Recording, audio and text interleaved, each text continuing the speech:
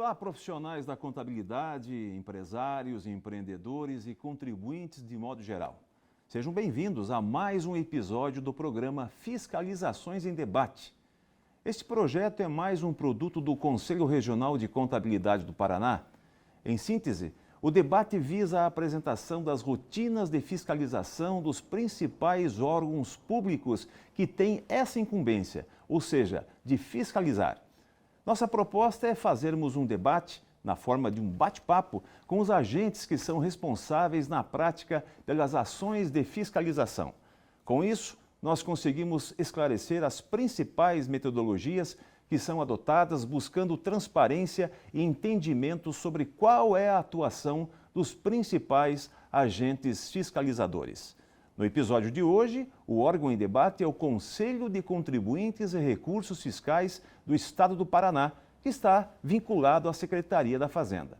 Muito embora não se trate de um ente de fiscalização propriamente dito, o CCRF é responsável pelo julgamento de processos administrativos oriundos de pedidos de impugnação de autos de infração decorrentes de ações fiscais no âmbito dos tributos administrados pela Receita Estadual do Paraná. Nesse sentido, nossa conversa será de extrema importância. Representando o CCRF, hoje nós conversaremos com o contador e advogado Armando Santos Lira, que é conselheiro suplente no CRC Paraná e conselheiro suplente representante dos contribuintes no CCRF, a quem de imediato agradecemos a presença e o aceite do nosso convite. Lira, seja bem-vindo ao CRC Paraná, no programa Fiscalizações em Debate, e a satisfação de tê-lo conosco. Eu gostaria que você se apresentasse e de imediato já dissesse para nós, de forma prática, o que é e como funciona o Conselho de Contribuintes e Recursos Fiscais.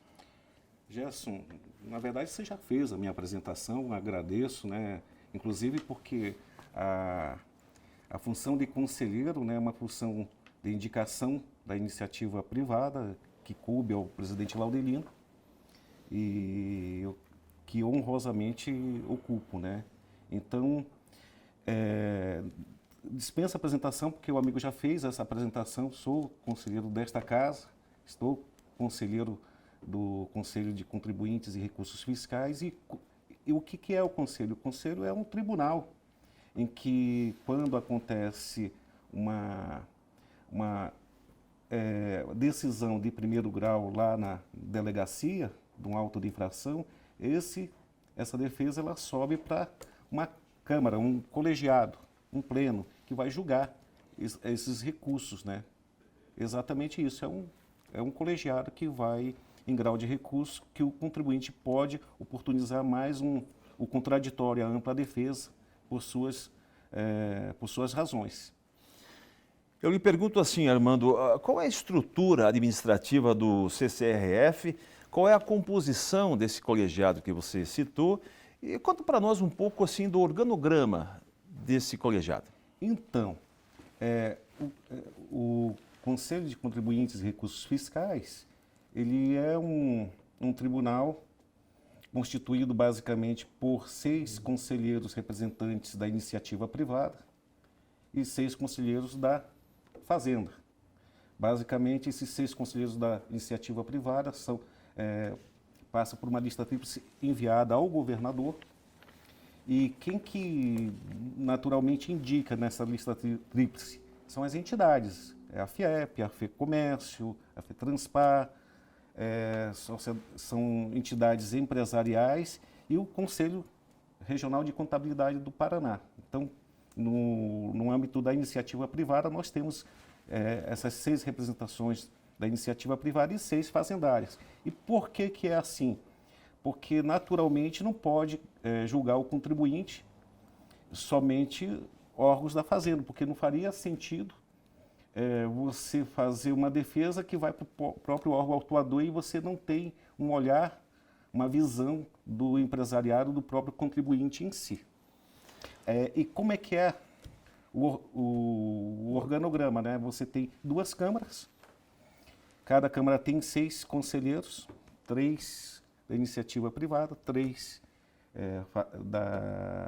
da Fazenda, E temos o pleno, que caso haja ainda motivo de recurso, revisão, que vamos falar mais para frente, você ainda tem um grau superior para poder fazer mais um recurso, mais uma revisão, mais um reexame necessário. São reuniões mensais, semanais? São reuniões semanais, são de segunda a quinta-feira, e elas funcionam às 16h30.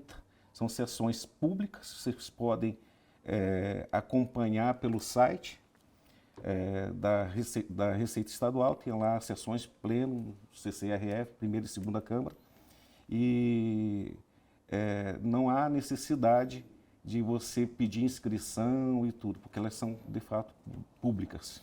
Agora, Armando, considerando que a forma de atuação e o julgamento administrativo decorre de ações fiscais, né, obviamente, nos explica um pouquinho sobre quem está sujeito à fiscalização da Secretaria da Receita Estadual e, por consequência, a eventual utilização do Conselho de Contribuintes no caso de possíveis autuações. Bem, quem está passível é o sujeito passivo, seja ele o sujeito passivo principal ou o tomador de serviço ou o substituto, todos aqueles que estão envolvidos na operação, no fato gerador do tributo em si. E não esqueçamos que aqui estamos falando de tributos estaduais, o ICMS, o ITCMD, que naturalmente tem regramentos próprios. Você tem o regulamento do ICMS, que, enfim, é bem extenso, e tem o ITCMD, que tecnicamente não faz, a competência da fiscalização é da Receita Estadual do Paraná. Agora, entrando nessa questão já vinculada às atividades fiscalizatórias, né, da Receita do Estado, com quem nós também iremos, aliás, conversar em outro episódio de forma mais detalhada, eu gostaria que você comentasse conosco, no aspecto do CCRF, quais são os normativos legais de maior destaque. Existe alguma legislação específica? Existe algum manual de procedimentos? Sim, existe. Na verdade, vocês têm que levar em conta, o contribuinte, que existe um Código de Defesa do Contribuinte, a Lei 18.877 de 2016. É um normativo extenso, de 92 artigos e mais incisos, e que lá resume, né, vamos dizer assim, ele tem o normativo de dizer como é que funciona cada recurso, se é um recurso de revisão, de reforma de decisão, um pedido de esclarecimento. É fundamental o contribuinte, através dos profissionais da contabilidade, terem a informação direta com relação a esse normativo, porque ele é como se fosse um jogo de xadrez, né? Não adianta você ir para o jogo sem saber das regras. Esse normativo, e temos ainda o regimento interno do CCRF. É claro que dentro da própria defesa do recurso em si, você tem outros normativos que vão subsidiar o procedimento administrativo fiscal, né, em grau de recurso. O Conselho de Contribuintes, ele julga processos através do seu colegiado. Isso ficou muito claro, né? Obviamente, na prática, eu queria saber quais são as punições aplicadas nos casos das irregularidades que são analisadas. E são penas disciplinares, são advertências? Como é que funciona essa parte? Na verdade, existe o auto de infração, né? Que, na verdade, quando vai para o Conselho de Contribuintes, já tem uma instância inferior, que é lá na delegacia, que é feito um auto de infração por um auditor fiscal. Esse auditor fiscal, ao lavrar esse auto de infração, abre-se um prazo que se chama para reclamação, que aqui no Conselho chamamos de defesa, é um prazo de 30 dias, e dessa primeira instância pode caber recurso. Dessa reclamação, se não der, vamos dizer assim, não for positivo para o contribuinte essa reclamação, ele pode entrar em grau de defesa no Conselho de Contribuintes. Ou seja, nós julgamos de forma colegiada esse recurso, né? Uma pergunta muito prática, assim, ó. Quando o contribuinte deve buscar o Conselho de Contribuintes, né, o CCRF, E qual é a forma de apresentação de defesa e quais as formas de regularização? Qual que é a sua recomendação como conselheiro? Então, principalmente ler esses normativos. É claro que eu estou aqui para explicitar de forma prática, mas lembremos, em novembro do ano passado, nós tivemos aqui um lançamento em primeira mão neste Conselho Regional de Contabilidade do Paraná, o procedimento administrativo fiscal eletrônico da Receita Estadual. Então, procure o contribuinte, né, ou o seu preposto, ficar ciente dessas normas, dos prazos em si, porque a gente tem uma estatística em que os contribuintes, poucos procuram, de repente, exercer o contraditório e a ampla defesa. E não esqueçamos, né, dentro da Receita Estadual, e a gente está lidando com seres humanos têm, às vezes, uma questão não por má fé, mas pode acontecer erros, pode ter, enfim, situações, brechas da lei que possam mitigar, diminuir, ou mesmo anular um auto de infração se ele não tiver devidamente caracterizado na forma da lei. Você já respondeu assim, em passando, sobre o que eu vou lhe perguntar agora, mas é para, na verdade, apresentar o CCRF, né, a quem nos assiste de forma mais aprofundada. Então, eu pergunto o seguinte, ainda sobre o assunto vinculado às análises efetuadas dentro da estrutura do CCRF. Como são administrados os recursos, né, que lá tramitam? Alguma diferenciação? Existem câmaras distintas de julgamento? Como é que funciona na prática? Então, existe, né, a característica, né, do recurso em si. Então, tem o recurso ordinário, que é justamente para as câmaras, né? Tem um reexame necessário, o pedido de esclarecimento, que pode ser feito diretamente para as câmaras. De forma prática, você protocola isso dentro do procedimento administrativo fiscal eletrônico, que pode ser feito eletronicamente, pode ser perante uma delegacia ou no endereço de um órgão fazendário. Tá? Dentro desse procedimento, né, é feito a análise, pode ser solicitadas diligências para que o contribuinte possa esclarecer e normalmente se marca uma data para julgamento, em que se oportuniza, além da própria defesa, próprio recurso escrito, uma sustentação oral. E não há necessidade de advogado. Tá? Tecnicamente, você não tem a necessidade de advogado, se bem que é uma indicação que a gente sempre recomenda, porque, afinal de contas, os normativos são extensos, são complexos, e dependendo do teor da relevância do auto de infração, dos valores que estão envolvidos, é claro que um profissional especializado para atuar nesses casos é importantíssimo. Existe algum prazo assim máximo desde que o contribuinte oficializa o recurso até o julgamento? Isso é muito moroso? Como é que funciona isso na prática?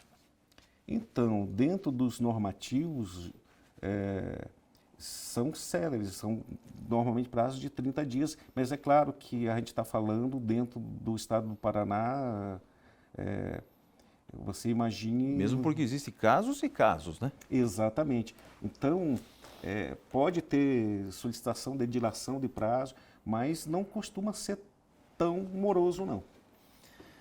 Armando, você poderia ilustrar essa nossa conversa com algum case, um caso concreto de atuação do CCRF? Olha, assim, né? Na verdade, o que a gente imagina com relação aos cases em si, né? Dentro, assim, o que nos interessa para os profissionais da contabilidade, há muitas defesas que são justamente nesse sentido, já são intempestivas. E se lesse mais um pouco, e de repente procurasse obter a informação, não apresentaria. E casos assim que envolvem não só o contribuinte, os profissionais da contabilidade em si. Por exemplo, um case com relação à falta de escrituração fiscal. falta de cumprimento das obrigações acessórias, questões que envolvem, por exemplo, maquiagem de balanços, são situações que muitas vezes são lavradas no auto de infração, mas não são devidamente provadas. E aí o próprio profissional da contabilidade, o próprio contribuinte pode levar isso para o CCRF, demonstrar que houve a escrituração fiscal, que houve, de fato, o cumprimento da obrigação acessória e anular um auto de infração que pode ter passado pelo filtro divertidamente, né? Entendeu? Excelente, muito boas aí as suas informações, esclarecimentos que você nos passou, o bate-papo foi muito proveitoso e nos trouxe esclarecimentos para o público que nos assiste, né? Mas para finalizarmos, eu gostaria de saber, assim, quais seriam as principais recomendações do CCRF para aqueles que forem submetidos a alguma ação fiscal que originou a auto de infração, obviamente, bem como as suas considerações finais sobre esse debate e sobre esse projeto, né, do CRC Paraná, o Fiscalizações em Debate. Olha, Gerson, assim, né, no âmbito do CCRF, quando chega em grau de recurso, as coisas já estão prontas, feitas, acabadas. Dificilmente, não digo que não possa ser reformada uma decisão, sempre tem uma possibilidade com relação a isso, mesmo porque quem entra com recurso é diminuto, não é tão grande assim. Mas eu diria, como profissional da contabilidade, como participante desta casa, como conselheiro desta casa, que há ferramentas em que, por exemplo, antes da origem do ato infracional, da atipia, como nós falamos aqui, ou da infração, quando há uma dúvida com relação a uma interpretação da norma, se faça consultas. E essas consultas podem ser feitas à Receita Estadual. Enquanto há uma controvérsia, se não há resposta dessa consulta normativa, vai prevalecer indúbio para o contribuinte, né? Vai prevalecer, porque não houve resposta, de repente, um artigo da lei, né, do ICMS, que tem uma situação assim, que não esteja muito clara, e até pelo próprio fisco em si, né? Na verdade, o fisco ele tem a obrigação de fiscalizar até por conta para evitar a concorrência desleal e a sonegação fiscal. Enfim, o trabalho é importante, relevantíssimo, procurar ver essas ferramentas, utilizar dos instrumentos próprios, né, que a gente tem na Câmara de Recursos, né, na Câmara, na primeira e na segunda Câmara e no próprio Pleno, e que poderia dizer, né, são ferramentas que podem mitigar ou anular um auto de infração. E eu quero ressaltar, Gerson, que é uma oportunidade, é uma honra estar aqui participando desse processo e dizer que para os nossos colegas, para as nossas colegas profissionais da contabilidade, que Fiscalização em Debate procura lançar uma luz daquilo que pode parecer um órgão sisudo, complexo, mas não. A gente tem que deixar esse medo de lado e procurar a informação na origem, né? E, é claro, de forma preventiva e de forma corretiva. Tem muitas formas de você se defender. E agradeço mais uma vez, Gerson, pela oportunidade.